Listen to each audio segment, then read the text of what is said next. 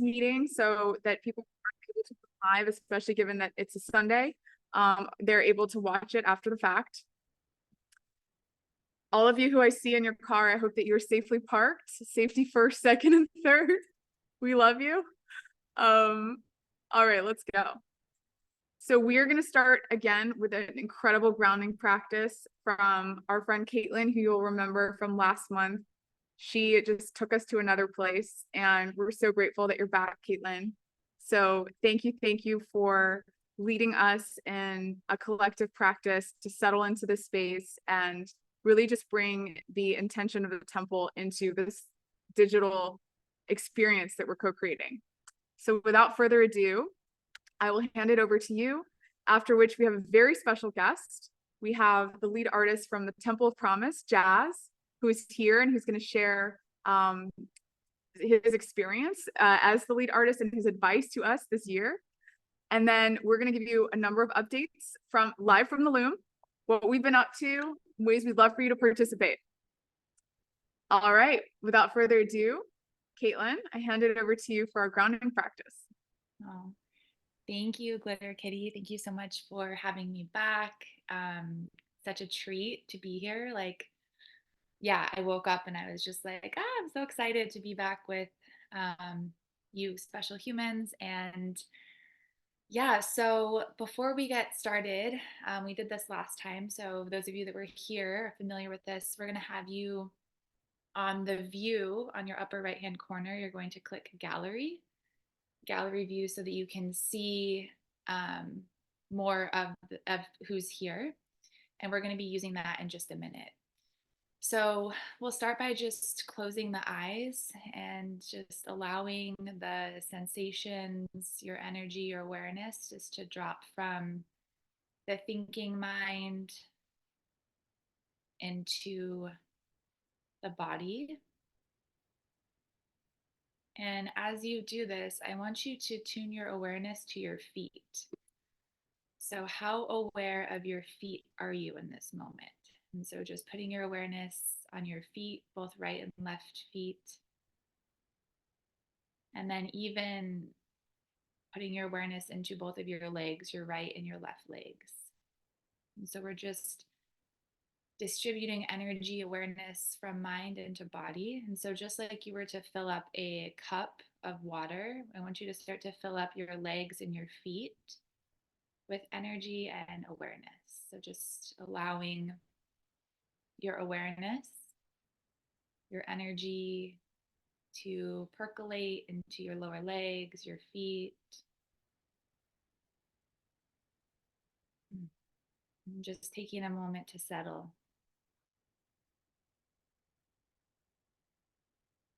And then from here, we'll slowly bring our awareness to our hearts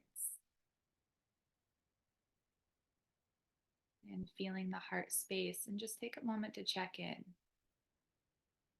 And as you get curious around the heart, just notice, how is my heart feeling today? Doesn't need to be expanding, exploding with love. There might be grief here in the heart. There might be heartache, longing, loss, numbness, pain, whatever it is in your heart, just really allowing the authentic expression of your heart to be here as it is. And so, yes, it's amazing to blast open as love and to be love. And without the acknowledgement of what actually is the depths of the grief or the pain or the loss, we can't actually experience the fullness or the full nature of authenticity in love in the heart. So regardless of if you're feeling warm, goodness, or perhaps a little bit of sadness or loss in the heart, just notice. And then perhaps taking a couple deep breaths into the heart space, just allowing the heart to feel a feeling of being met and accepted. So self to self, like, I accept myself just as I am. I fully accept and love myself, even if I'm feeling grief. I fully love and accept myself, especially when I'm feeling sad and lonely. And I fully accept and love myself also when I'm feeling love and joy and bliss.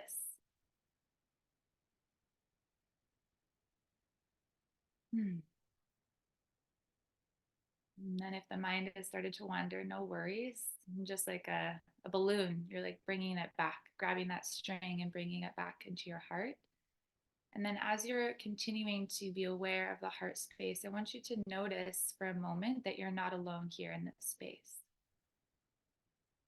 And so noticing, even if you're, on your couch at home by yourself on Zoom, but there's also in the energetic field that knows no distance, no separation, no time, no space. There are also many, many other beautiful human beings that also know how to traverse this territory with you here.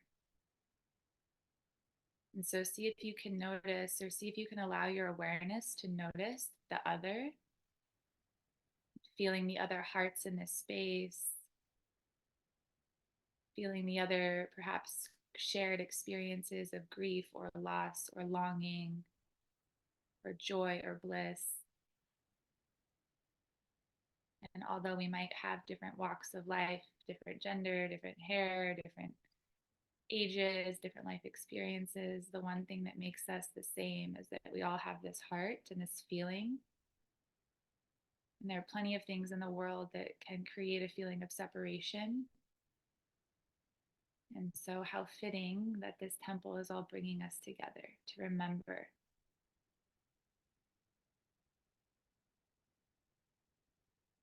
And so continue to let your awareness in your body, your nervous system feel the other, feel the togetherness, feel the other beings with you. And just start to notice, what's that like? What's it like to feel someone else here with you?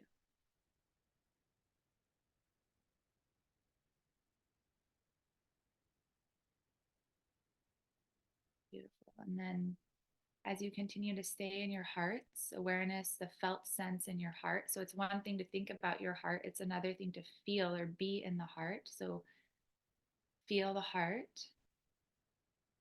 And then in your own time, I'm going to have you slowly open your eyes. And as you do this, see if you can still remain with the eyes open, feeling the heart.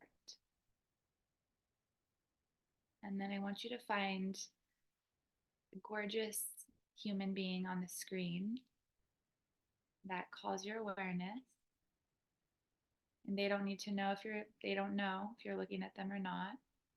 Doesn't matter. And I want you to just feel this being that's in your awareness, so that your gaze is focused on.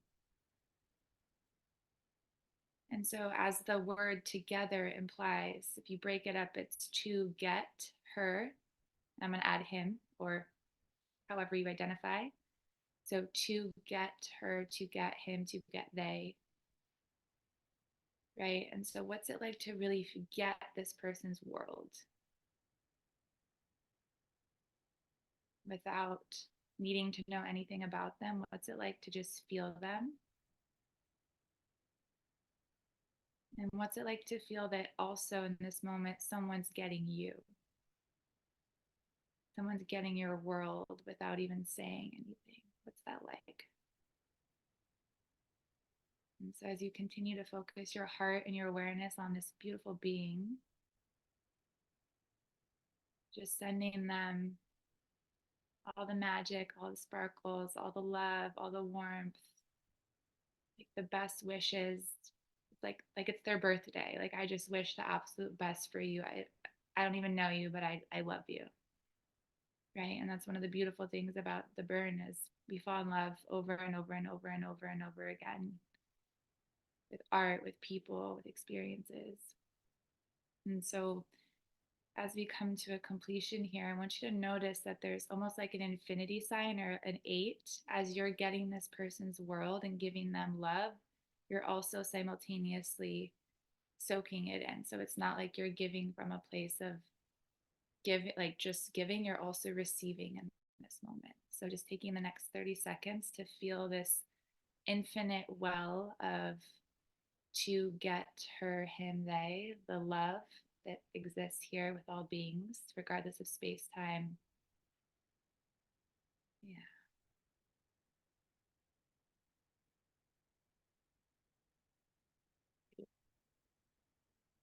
And then just notice, how's this feel? How does the field feel? Something's happening, something's shifting. And perhaps we're a little bit more together after this. Until next time.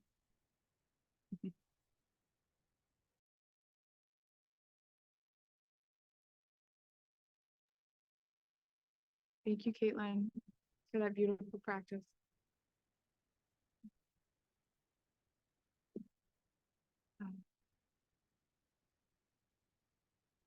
So we're super excited to welcome a special guest. We have here Jazz, who is the lead artist from this gorgeous temple, the Temple of Promise in 2015. Thank you, Jazz, so much for joining us here today. We really appreciate it. Can you guys hear me? We can hear you. All right. Hi. No, thank you for inviting me. I'm excited for your project, so I'm happy to be here. Please excuse that I'm in the middle of a commute, but I'm heading to a panel. No worries. Yeah.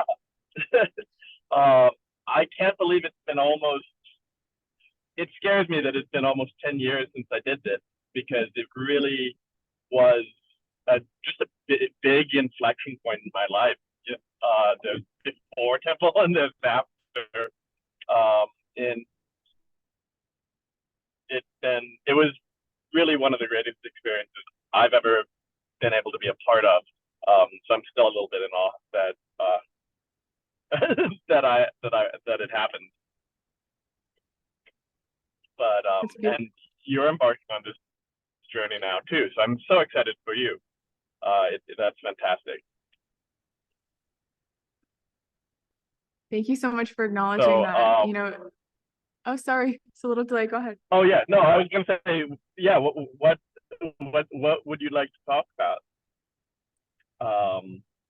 Yeah, I don't have anything specifically planned. I have some things I'm happy to talk about, but yeah, I'm gonna let you lead this.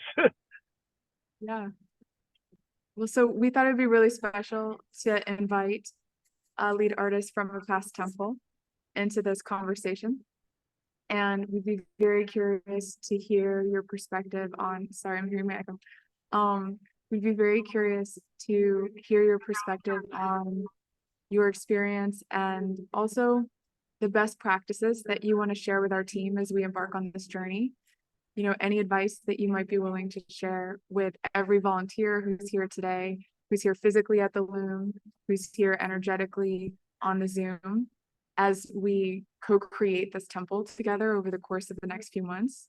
You have crossed the threshold successfully. So any advice that you have and anything that you'd be interested in sharing from your experience would be so valuable. And we also want to honor the fact that you are now a part of this incredible lineage of temple builders at Burning Man. And, that's a lineage that we want to honor and support and infuse with all of the current temples and the future temples. Well, first, I feel like I had so much of the advice that and wisdom that I came so hard earned about building that I would give seems almost a moot point, because you guys are in such good hands with Paul and so many of the other really, really deeply experienced people. My experience was really challenging because I'd never done it before. And it was my first art project, Wow. which is bananas. And a lot of my experience was reflected that.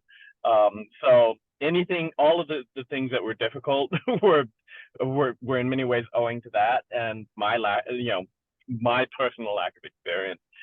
You guys won't have to suffer any of those sorts of things. But I would say at one point we got way behind in some ways that required us to lean on the org, sort of pull the parachute on some things. And in some ways, I was very fortunate to get to learn just how much the org cares about the temple, and in a position where they could have really dictated how we would have to proceed in every, and could have micromanaged us in every way. They were incredibly gracious and really wanted it to be our thing, even when they needed to step in with some assistant help. So understand that about Burning Man organization, because and they take a lot of flack for a lot of things all the time, and they get to be criticized, armchair quarterbacked on every aspect of running an entire city, right? But they're amazing, and in all of the interactions I've ever had with them in an official capacity were just full of the surprise of finding out that they will do more for you than you would ever imagine, and they'll do it with incredible grace. So there is that. And yeah, so many of the things that made building hard. Oh, we had a really difficult pre-build.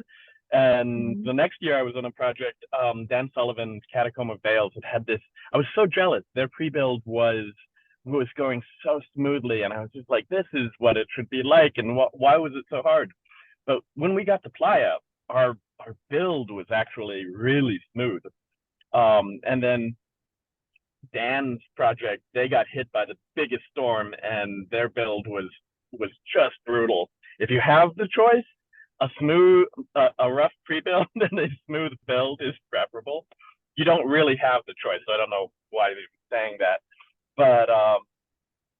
But even in the most difficult parts of that pre-build, and it was really challenging, the experience is one that I wouldn't trade for anything. So I guess that I used to direct a summer camp, and I would always tell our campers at the very beginning of the camp that their job was to make sure that everyone else around them was having a better time than they were. And these were little kids. I'd be like, what? I don't understand. And then I told them the logic was that, like, we had like 30 people. It was like, because if you do that, then you know that there are 29 other people who are trying to make sure you have a better experience than they do. So, and I try to carry that forward with any group that I'm leading if you take care of each other, and with Temple, that's almost instinctual. I mean, that is instinctual with so many of the people who are going to be coming to it, especially Temple Guardians. Get to know all your Temple Guardians. They're amazing. They're the best. I don't want to just be blowing sunshine, but it is really true. And if you can carry forward that ethos and really imbue your culture with people taking care of each other, that's amazing. And then I guess I feel silly kind of quoting myself, but when we had to do the Desert Arts preview, one of the things I spoke about that has always seemed to resonate with a lot of people is that what you're doing, the best way I know how to frame what we're doing when we're doing Temple is that when you understand the people who come to it and what they leave and the process that they're going to be going through and all the things that they're going to be writing, what you're building is a book of blank pages, and it's a book that no one can read in its entirety. And it's a book where, because everyone comes, they write and they leave what they do, but when you're writing to the dead, which a lot of people are, you don't try and be flowery. Some of the writing is really bad writing, but it is raw and it is honest and it is more candid than anything you'll ever find anywhere. It is more truthful than any writing you'll find anywhere, even if it sounds insipid. Because you don't try and lie to the dead. when you're writing to them.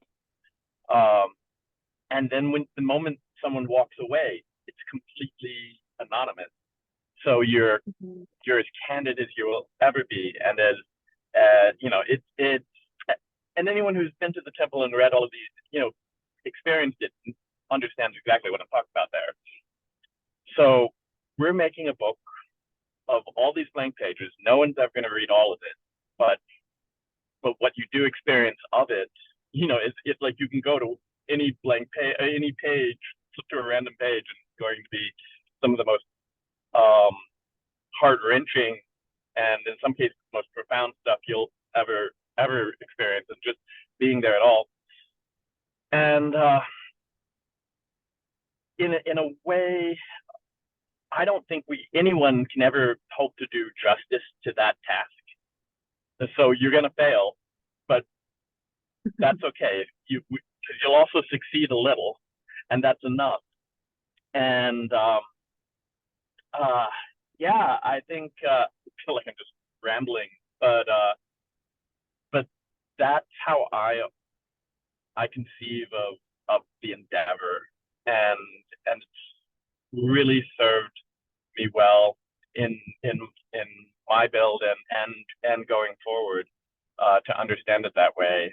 And whatever you end up doing, whenever anything is hard, it's temple, and at the end of the day, it serves. It just serves, and it never fails. It never fails to serve. Some people will remember temples as the best, most beautiful one they ever saw, and they'll say, "Oh, this was my favorite." But so much of that is informed by what they were, because that was the year that this and this and this happened in their lives. And I'm not saying just half-ass it, because you can't go wrong. But everything, but don't sweat that you don't feel like you're doomed just because you're in a moment where everything's hard. Because you are surrounded by people who are going to take care of you and care about this more than anything else in their lives at the time. So it almost feels like it is inevitable. And as the designer, like, I look back and there are things that I wish we had accomplished that we didn't quite reach, and that's because we ran out of time, because time is your greatest enemy. But when I first got the commission, I looked at old design, and I looked at pictures of like what other and remembered what other temples looked like, and sort of compared them to the old design. And there was always a delta between the original artistic vision and what ended up on Playa. And I had a design I love, and I thought about like what does that delta look like? And then we ended up so far inside of what I thought the delta was going to be, that I really have no right to be upset about like not having achieved everything that I wanted. Like a windstorm it cost us the time that would have been required to put copper on the back side of the spire, all the way down. And do I wish the copper went all the way down on the back? Yes. But we lost Saturday to like a complete whiteout from sunrise to sunset, and that happened. And I could have chosen. So I will say, David Best loves to give the advice, don't worry about opening on time, and he can do that because he's David Best. But we have had temples that have opened on Thursday morning or late Wednesday, and I would say, but we opened on time, and I could have spent another day waiting to put copper on that spire, but the people we are building this for, the community, were better served as much as wish I could look back at all the pictures and see copper on the spire, they were better served by us opening in time. So that's a place where I disagree. Like, don't not open on time if it needs it, but if you can. And honestly, I feel like what I know of your build crew, you're gonna open on time. But yeah, now I feel like I'm just Knocking wood rambling. over here. Do you have any? Yeah, no, Jazz, thank I you mean, so much. yeah, absolutely. I hope I I love haven't your embarrassed myself. I perspective. feel like I'm just rambling. It's really helpful to hear your analogy of what the temple represents and also how to hold as the crew and the team who are building it, this paradox of wanting to create something beautiful and integrity with the design, but also recognizing that it has a purpose and that its purpose is to hold space for all of us on Playa, and that it's not ours to hold to get to that next level. And I love that analogy that you had around the copper on the altar and the spire, just saying, hey, it's more important to open this up and create this container than it is for us to do this beautification that's really important to me. So thank you for sharing that perspective. Absolutely. And I love your And analogy of the book. It will be beautiful. You know, the org doesn't get that part wrong. You know, and I don't want to say they're all beautiful, but they are, and it is amazing. And it. Oh, I guess the last thing I would say, as far as wisdom or advice that I can give, is Yeah. try to also, all of you. I mean, this is such a great opportunity to. People talk about empathy like it's a thing you have, but it's a practice that you do. And because in the build you're going to be challenged, doing empathy as a practice, start with really trying to understand how someone else's experience of a thing is really different than yours. And when you're in the middle of things that are particularly challenging, that becomes harder and harder to do. But that more than anything is what these sorts of endeavors require, and it will enrich your appreciation of what's going on. I mean, of the project, to understand it so many other people's perspective as they are similarly being challenged as you go, and that's getting to share that with people. You will have lifelong friends that you relate to in a way and have bonded with in a way that no other thing can give you. So I'm excited for you guys. Thank you, Jazz. Thank you so much for taking your time. I hope that you drive very safely to your panel. And thank you just for the grounding reminder of the intention of the temple and how we're holding it as co-creators. And we hope to see you at the Loom very soon. I'll be there in April. Awesome.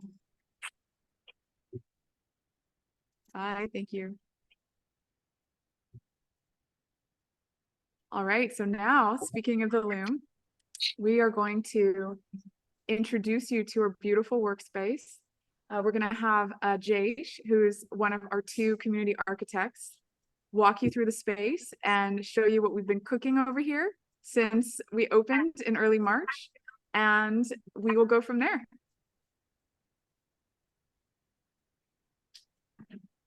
Hello. Hello, everyone. I hope y'all can hear me well. I am at the Loom right now, and I would love to share our space, our home that we have been creating and crafting together. I'm going to switch my camera and introduce you to the first beautiful side of our temple, which is the people. They're all hanging out at lunch, chilling. And what makes this temple beautiful is all of us who keep showing up and participating and finding our way to come together and, co-create what we are creating. This is, again, our team. And I'm welcoming you now into our space, which is, there's Caroline and Kelly. And so this is what it looks like when you enter. And the thing that we would like you to hold is, this is our home. This is the space that we are learning to be home. And we're learning to create what needs to be created together as the temple. So you come in, you check in. This is our safety gear. On the left, we want to keep learning how to protect our team, protect you, so that we are building it with the right attributes of like care. Starts with like, hey, when you're working, take care of yourself. These are some of our designs up here that we put up so that, again, we keep reminding ourselves what we're building and how we're building it. With these tables that you see up here, this is where a lot of our work is going to happen. We're building these tables so that we can build different attributes of the temple, and we can come together and collaborate around these tables and being like, okay, like, what do we need to build? And then use it as our scaffold to build it. This is a prototype that we've started to play around with, just seeing how it will come together, and then seeing as we've tested out how we can build larger and larger components based on this. Now I'm going to continue walking. And this is our tool shed. This is, again, where we hold all the tools that we're going to be working with. And what's really important is that, we want to make sure we have the right tools and the right ingredients to play with to create what we need to. All right, I'm continuing to walk around and going back into a jazz set. For me, it's like, it starts with like our burn box. Like a friend once mentioned, what if the temple was just a burn box? And I would be like, oh my God, we put so much of heart, soul, thought, and being like, how can we make it like great? And that itself, like if that's all we had today, I would say that for me would be my temple for me. Yes, and we're learning to build more and more and add more different pieces together as it continues to emerge.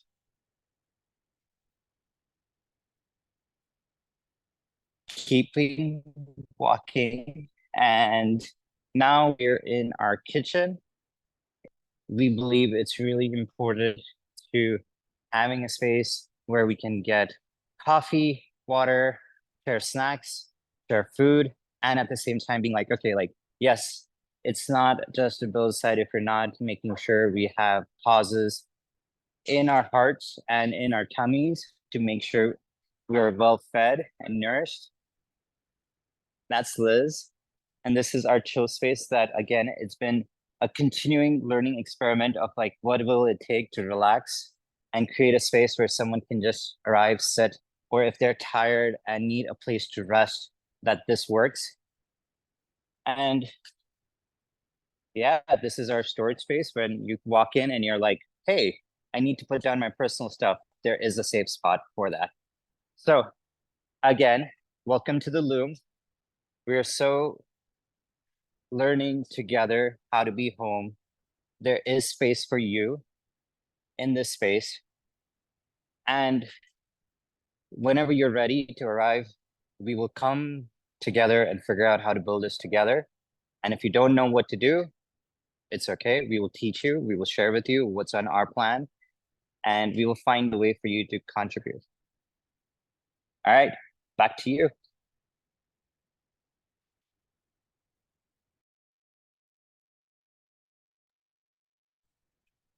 Thank you so much, Ajay. That was very fun. So we hope to see you all at the Loom if you're able to access it and come to California at some point in this build. And if you're not, we will continue to share the experience so that we can be as inclusive as possible, digitally and in person. So next, we'd like to take a few minutes to talk about our progress since our last town hall. So we now have a tradition of just spending a few minutes expressing what we've been working on and what we've been up to since the last town hall so that we can share this journey and its progress and the way that the process unfolds for all of you who are interested in participating or who are interested in leading a process like this in the future. Oh, thank you, Adrian. Alrighty, so I can pull in Mike and Sparkle. Come on over.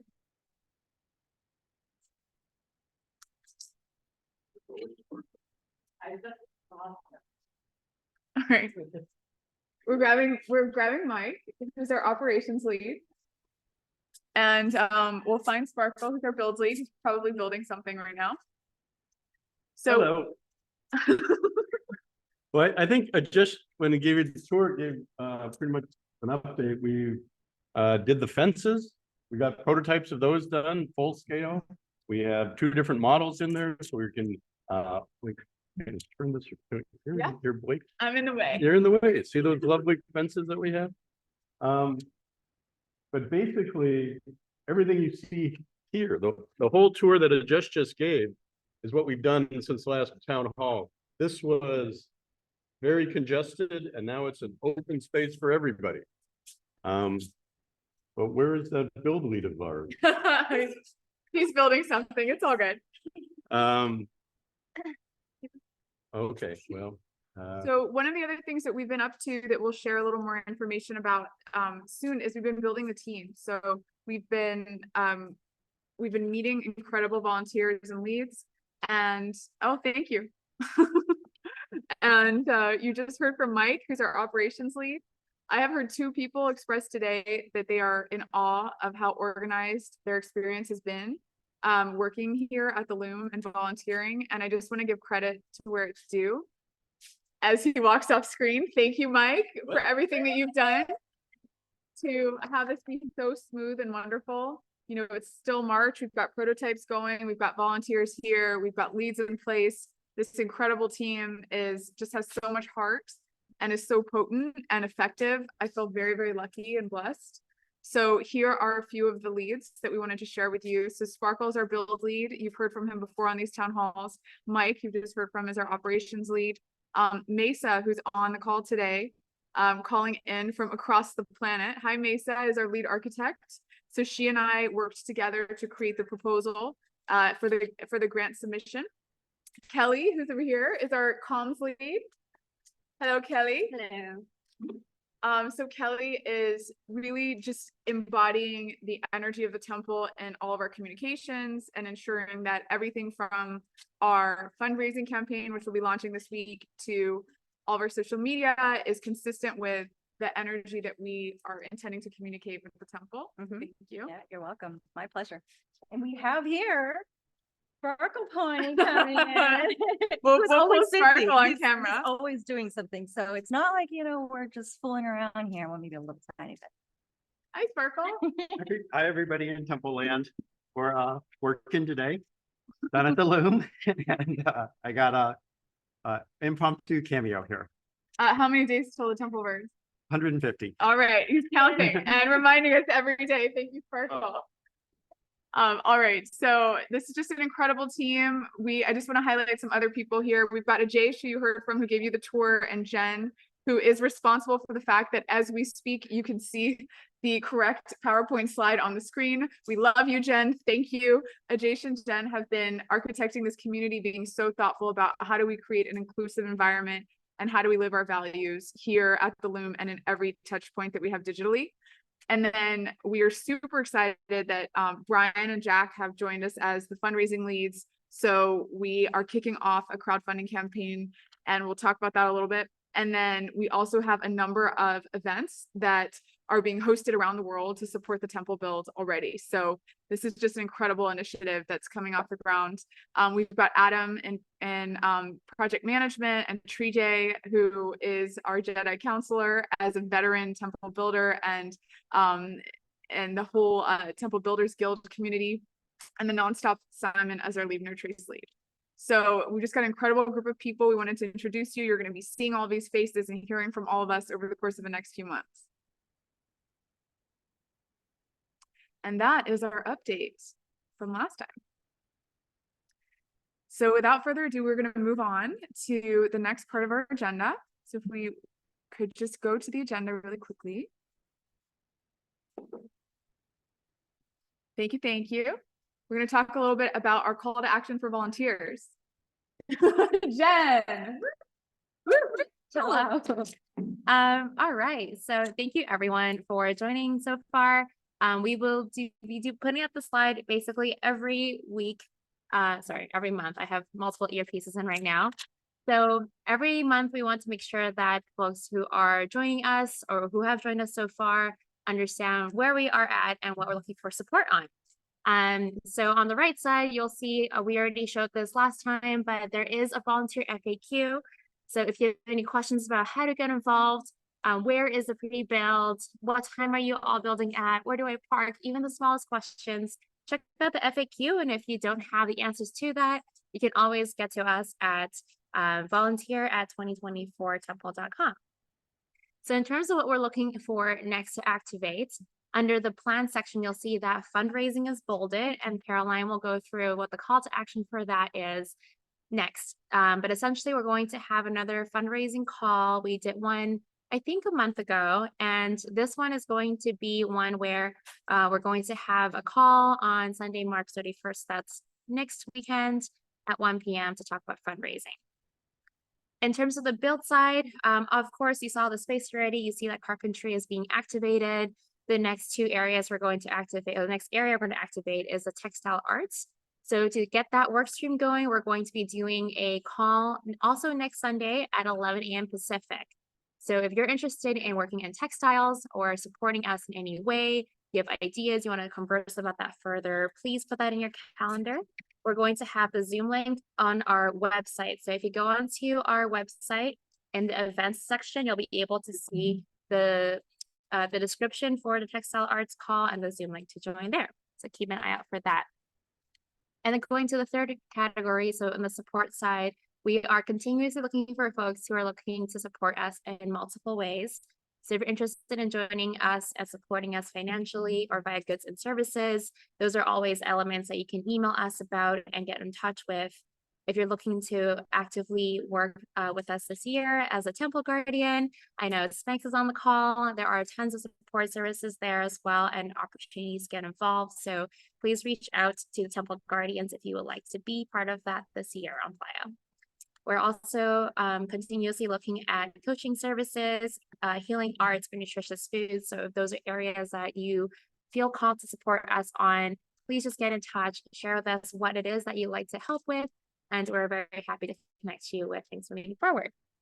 And lastly, before I hand it off to the next part, I just want to mention that there were rumblings of a Slack community earlier in the pre-build sequence. And we're happy to share that we have started that Slack community now. So for people who are looking to actively discuss or actively implement ideas outside of the on-site space here in Oakland, so let's say you have an idea for textile arts and you want to discuss it further, or you have some suggestions for the sound arts part and you want to discuss that further, the Slack is where you are able to do that. So to get an invitation to Slack, just email us again at volunteer@2024temple.com and we will get you sorted out with an invitation there. So I think that's it from me. I'm going to hand it back over to Caroline and head back over to my little command center station and keep managing this thing. Thank you, Jen. Thank you.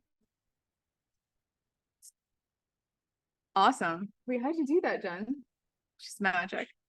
All right, so next we're gonna talk a little bit about our crowdfunding, which we've been teasing for a while. I'm going to invite Hilo to join me. Hi. Hi. Do you want to introduce yourself? Sure. Hi, I'm Milo, longtime burner. I unexpectedly fell back into this role of leading crowdfunding, but I'm excited to be able to help.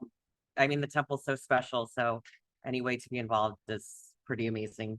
So happy to be a part of it. It's an exciting opportunity. So please come and support us.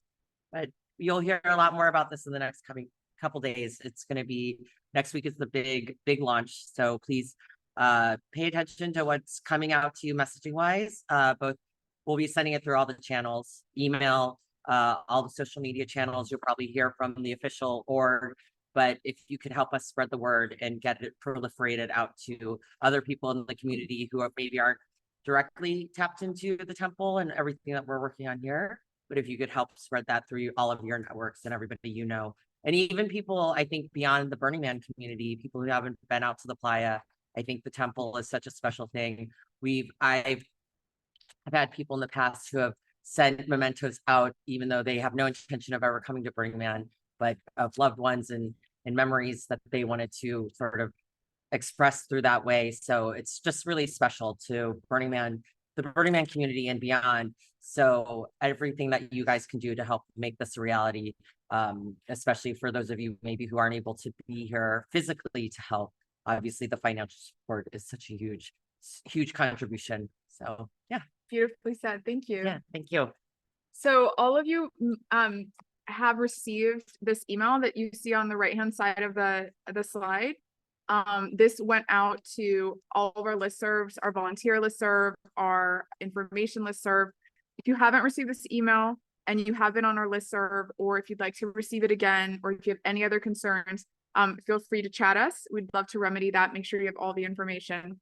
There's an excerpt from the email that we just wanted to highlight, which is a way that we can all of us who are on the call today can support this fundraising campaign, which is, to Hilo's point, sharing it with your networks. So we basically have learned from all of the years prior to us, and thank you so much again, especially to Ella and Reed and Drew and that whole Temple of the Heart team for sitting down with us and walking us through all the best practices for crowdfunding and sharing all of that knowledge. And one of the key, most important components is getting people, first of all, informed, and second of all, excited about the fundraising campaign before it launches. So to that end, what we sent in the email and what we're showing you here again is some language that you'll be able to use to share the campaign with your networks. So you'll be able to share it on social media, share it by email, share it by text with your friends, and sharing it is as valuable as participating yourself, because you never really know who is going to feel called to support and will be able to support the temple this year. And every dollar counts. The temple is only partially funded by a grant from the Burning Man org. The rest is all crowdfunded from our community. So it's really, really important. We're going to be launching this on Wednesday, March 27th. So that's this week. So you're all going to receive another email when it launches with all the information about how you can participate. But there's one really important way that all of us who are here today can actually set this campaign up for success. So our ask of you today is, if you have a few minutes to maybe after this town hall, go ahead and we're going to drop the link in the chat. And what you're going to see in the chat is a link to a Google form. And the Google form basically allows you or someone that you know to pre-pledge for the crowdfunding campaign. Thank you so much, Jen, for sending that crowdfunding link. So what we observed, okay, that sounds great. So what we observed is that if we're able to pledge donations prior to the launch of the campaign, then when the campaign launches, we won't be at zero. We'll have so many people who will immediately be able to contribute and will be able to translate their pledge into reality. And that will create momentum and excitement for others to participate. So that is the most important way that you can support, is by going to this pledge form, filling it out for yourself if that feels aligned, and most importantly, sharing it with 5 people in your network who might be interested in participating, so that when we open the campaign on Wednesday, we're able to activate all the people who have already pledged a donation amount and make it, it's in many ways like throwing a party. It's having people already in the room when others arrive, and like creating that momentum and really and weaving that space together. So we really, really appreciate all of you in whatever way you're able to participate, whether it's sharing this, whether it's filling this out for yourself, if you're able to make a pledge. And we ask that if you are interested and able to participate in the crowdfunding this year, that you do so on Wednesday when it opens, because that momentum of the first few hours is the most important predictor of how successful a campaign will be. So I hope that that makes sense and that that's helpful. And I want to say thank you so much to all of the volunteers and the team that Hilo has been leading, and includes so many incredible people who've been hard at work putting together this fundraising campaign. We hope you love it as much as we do. And we thank you in advance for your support on Wednesday. So without further ado, we are going to essentially have 5 minutes of Q&A, and then we're going to wrap up the formal portion of our town hall.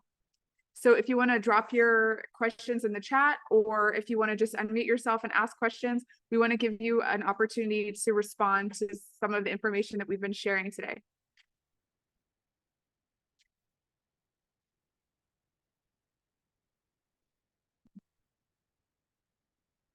Hi, everyone. Great. So feel free to drop your questions in the chat or just unmute yourself if there's anything that was unclear. Jax is asking, if I do the pledge, will I have to log in on Wednesday and contribute? Yes. So those are two separate things. So the pledge is a way that our team can get a sense for where we're at in the fundraising process. And it's also a way for us to lovingly remind you to log in and contribute, because we know that also with fundraising campaigns, sometimes you have an intention to donate, but life happens. And you know, there are things going on in your life, personally, at work and otherwise. And so it will give us the opportunity to lovingly nudge you throughout the campaign to participate if for whatever reason that slips in your awareness.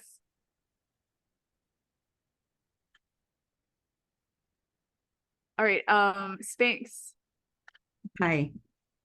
Hi. Hi, everybody. I'll just give a quick little plug for Temple Guardians. If you're not sure who or what we do, I don't know where you are, but no, I'm just kidding. We we work at Temple from pre-build through burn through LNT to hold space for participants who are coming to Temple to do their hardest work of all, and that is grieve. We're there to keep everyone safe and keep Temple safe. And yeah, we work around the clock, 24/7 in 4-hour shifts. If you're not interested and want to learn more, please visit the website. The link is in the chat. And also visit our Instagram. We post a lot on there about things we do. We do have 2 monthly Zooms where you can come and just talk to us and learn more about what it is we do. We'd love to have you. Thank you. Thank you, Spanx, for sharing. I am migrating so that all of these incredible people can come back into the space and start using tools again. Thank you, everyone. So I'll be here for a little longer to answer some more questions.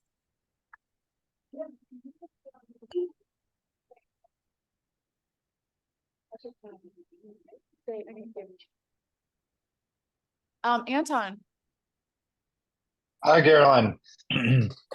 And team. What's up, guys? So today is actually first call I joined. I had the opportunity to listen to the Instagram live that was shared with the first call. Yeah. Started researching the site today, found the volunteer form, found the FAQ. That's how I got on this call about 10 minutes ago. So very fresh off the boat. But welcome. Thank you. Thank you. Super excited.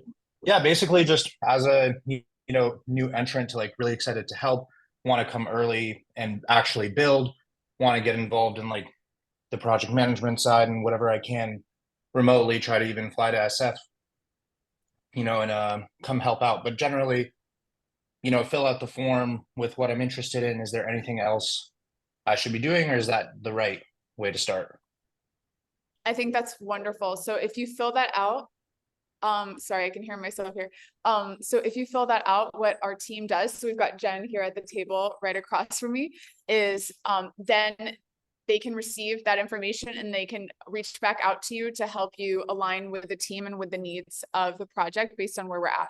So that's like, you are doing all the right things. And it makes me so happy that you watched the Instagram live, that you found the information on the website, that you got to the volunteer form, because that is a user path that many people on this call have spent countless hours building and putting love into and wordsmithing. And it just makes me so happy.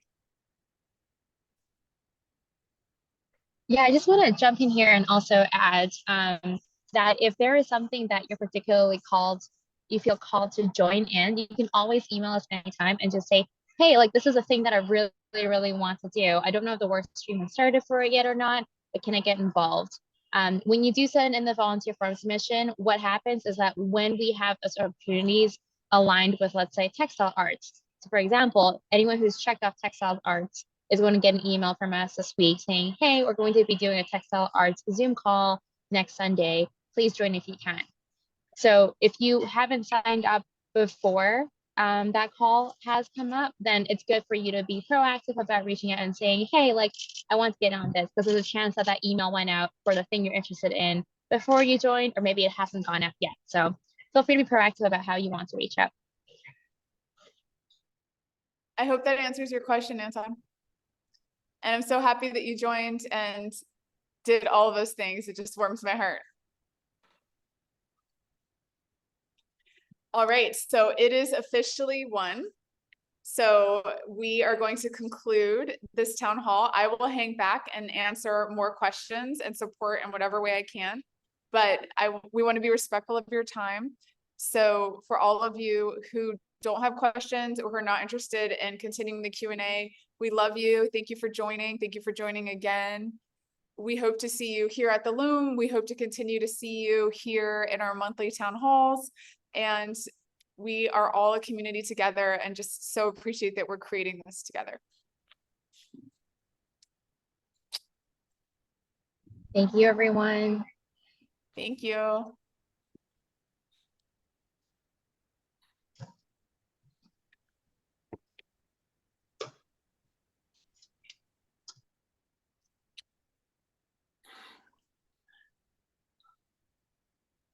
Oh, thank you, Brian.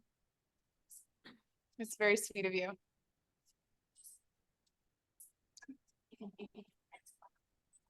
Martin, I saw your message. If you're still on the line, I'll connect you with Gravity. Awesome. I love it when people just in real time on this town hall are like volunteering, offering resources, and like getting things done. This is amazing. All right. Hey, everybody, what's up? What other questions do you have? How did you get to be so awesome? Oh, Top Hat, we love you. Temple Guardians, such a good vibe. Hey, Caroline. Oh, Top Hat, I think you muted yourself. All right. We feel your good vibe, but we can't hear you, but we love you.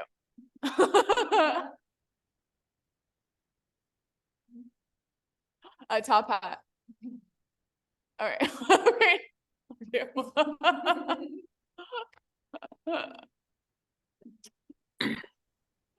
Mateo, what's up?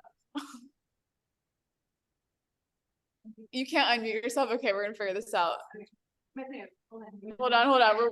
We got two very intelligent humans who are gonna figure this out. Hey, there we go. Yay! All right. Yay! Well, hello, everybody Woo! from Mexico City. I got an amazing opportunity to jump in and volunteer and hang with Ajesh and Jen briefly as we were both passing through San Francisco.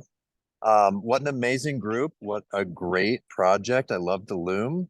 And I am just so stoked to be a part of things. And I'm really looking forward to seeing everybody and collaborating even more closely as we come more and more together. And that was me moving out of the Loom space because our team is like, enough with the talking, Caroline. We got to turn these drills back on. We got to cut some material and build this damn temple. So I'm moving further and further away from the source of enormous noise that is mounting over there. Carolyn, Brent asked a question about when does the temple build crew typically arrive on Playa? So maybe you could answer that for the group.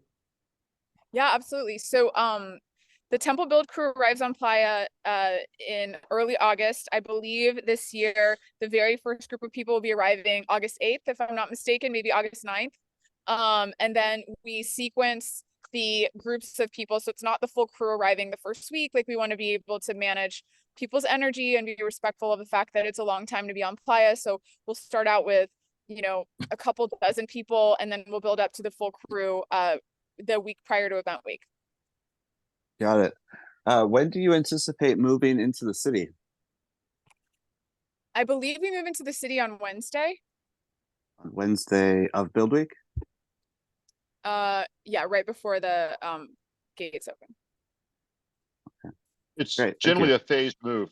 It's generally a phased move. Oh, Top Hat, we let you speak. I'm so happy we can hear you now. Well, the best guardian serve in silence. I was fine with that. Oh my God. We could tell that you were trying to say something really kind. We could see it in your eyes, just couldn't hear anything. It's torture. Thank you. No, in terms of that move to the city, of course, every crew is different, but it generally happens in phases. It's not like one big move. It's things move in pieces, typically. Got it. Yeah, I hope that answers your question. Thanks, Jack, for flagging that. Question. Yeah. Hey, David. Yeah. It's good to see you again. Yeah. Speaking about the days to go, is there a timeline when the temple build crew would be notified? Yeah, so that You know typically what I will mean? happen. Yeah. Can y'all hear me? Or am I losing signal? Can you hear me? Okay. I hear you. Yeah, if I get too far from the build space, I will no longer have internet. So it's a little bit of we're equilibrium that we're trying to strike here. It's also very cold when you're no longer in there. So okay, your question was when will the crew be notified? So I think it'll be in like June, maybe early July. So it'll be much later in this process. Okay. Yeah. Just So for we talked planning. about this. Yeah, we talked ideas. about this last town hall. So our strong encouragement to absolutely everybody, right, is to go about the process of planning your burn and procuring your tickets all the way up till the summer, because this whole process is so the timing is not aligned with the ticket sales, right? So you just want to make sure that you are continuing your own process independently, and then worst case scenario, right, that you can resell that ticket to someone else to enter, or to a friend, or to someone. Yeah. So that's just the Gotcha. general advice that we've been given from many temple builders of past, and we like to heed that advice. So we're passing it on to the community this. Great. All right. Thanks. Yeah, you're welcome.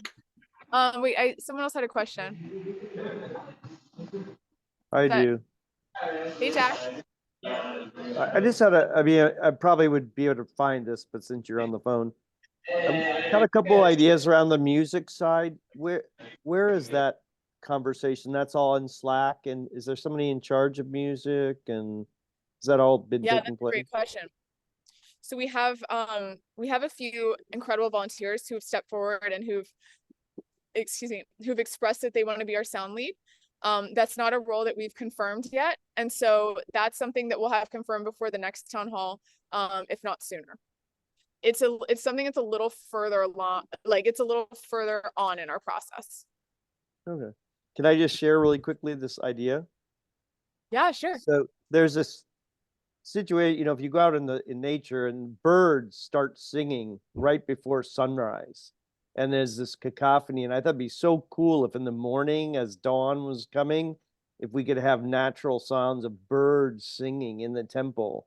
And there's a whole bunch of significance, but can you imagine if the sun was rising, you're in the temple and there were all these bird songs playing? It would be just this beautiful, elegant, and it's such a part of nature and the togetherness of us connecting with the natural world. I don't know, it just, when I just started talking to somebody about it, and just I can't stop thinking about it. So I'm just throwing that out there. I think it'd be just so amazing. Can you imagine walking from the playa when it's really quiet and you enter the temple and there are all these bird songs playing? And I don't know, it just kind of blew my mind. So I'm just throwing that out there. Oh, thank you. So I'll give you, I'll just share a little personal story, but I had a major surgery last May, and before going into the operating room, I was really scared.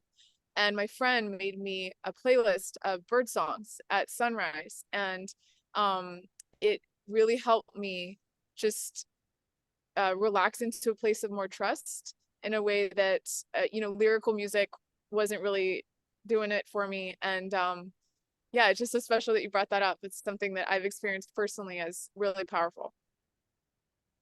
Yeah, and It was they the last sing thing for I heard.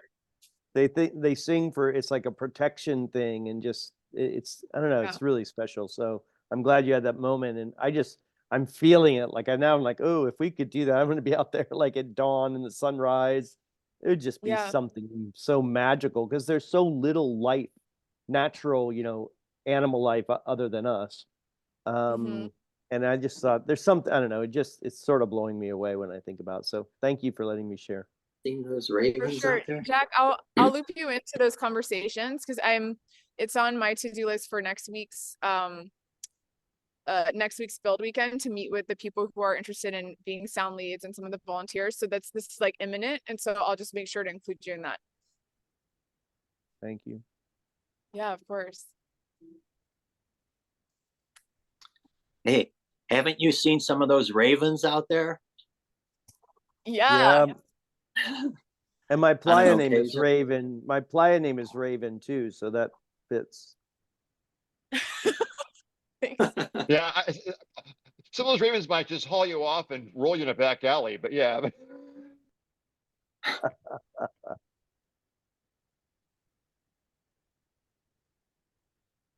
Awesome, friends. Hold on, I'm gonna go sit in the car so that I can hear you all. Yes, yes, yeah. Please don't freeze to death before we get this built. Please stay warm. Self-care is one of our values. So Self-care is one I'm of our gonna very grab important the car values. right now. Thank you for your self-care. Lizard. Gonna hang. All right. What other questions do you have?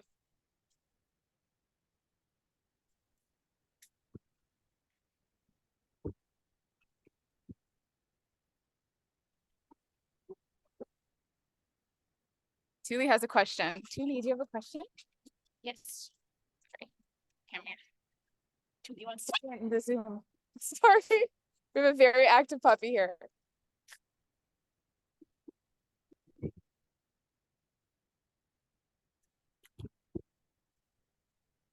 All right. Well, if we don't have any other questions, we are going to wrap things up and head back into our build. Julie, do you want to present on the Zoom?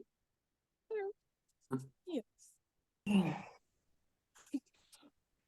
Hi, Caroline.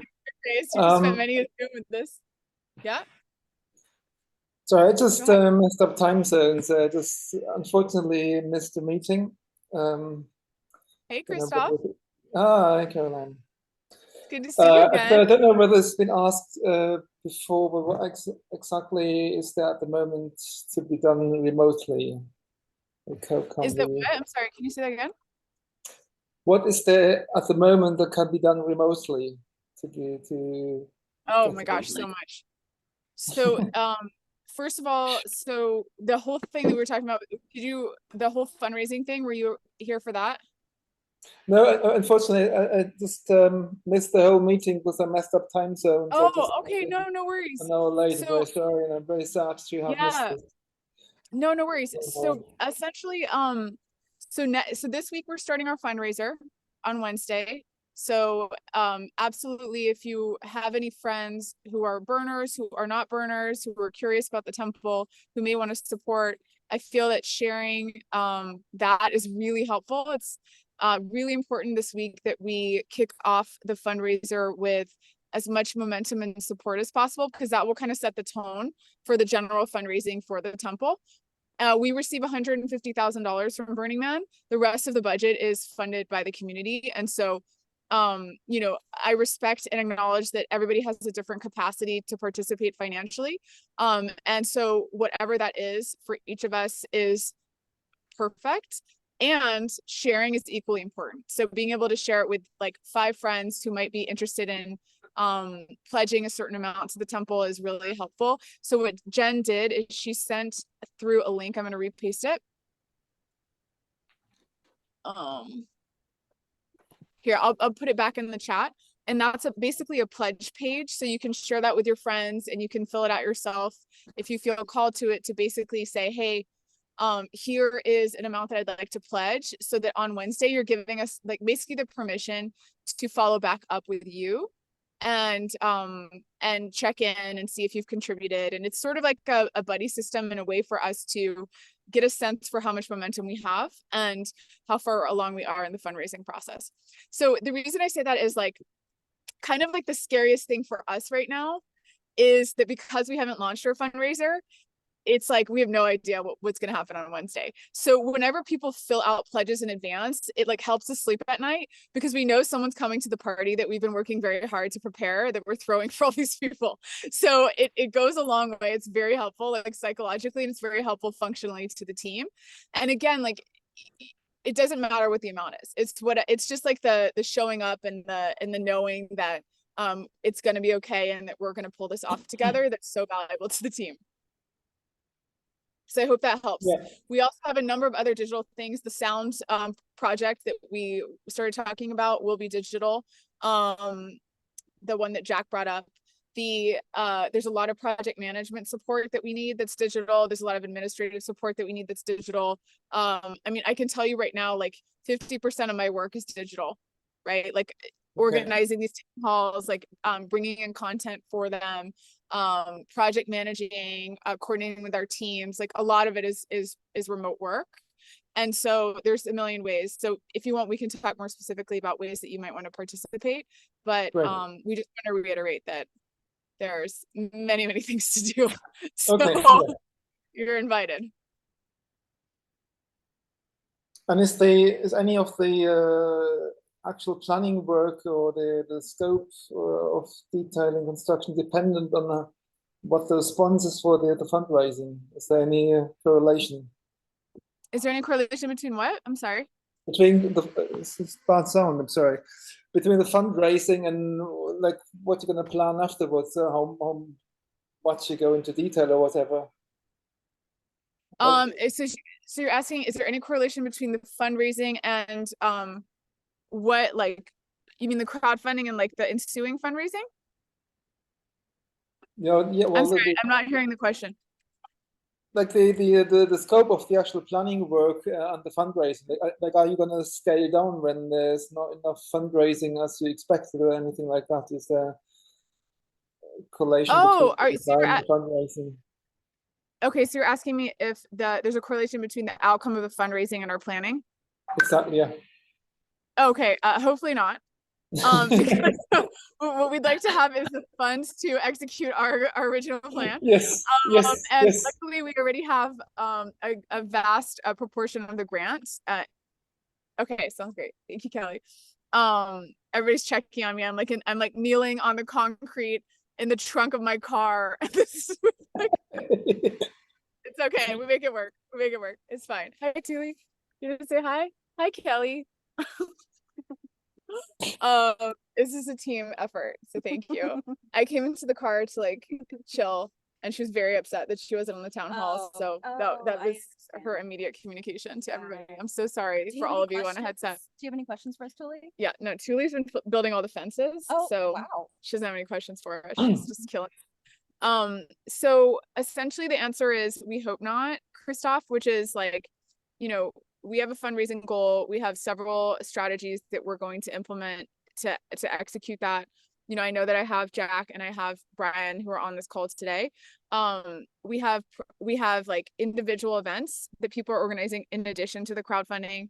And so I think the implication would be if the crowdfunding moves forward and it's not the kind of momentum that we're hoping for, we don't hit our $100,000 goal, then it puts more pressure on the fundraising events that come after to fill that gap. So our goal is to kind of distribute the contribution in as even of a way as possible because it makes it an easier and smoother flow for everybody. So in an ideal world, we get the $150,000 grant from Burning Man, we raise $100,000 from the crowdfunding or more, right? And then, so that's $250,000. And then, so that means that we have another $250,000 that we are raising from fundraising events. We already have several that are scheduled. We have one in New York that's scheduled. We have one in Los Angeles that's scheduled.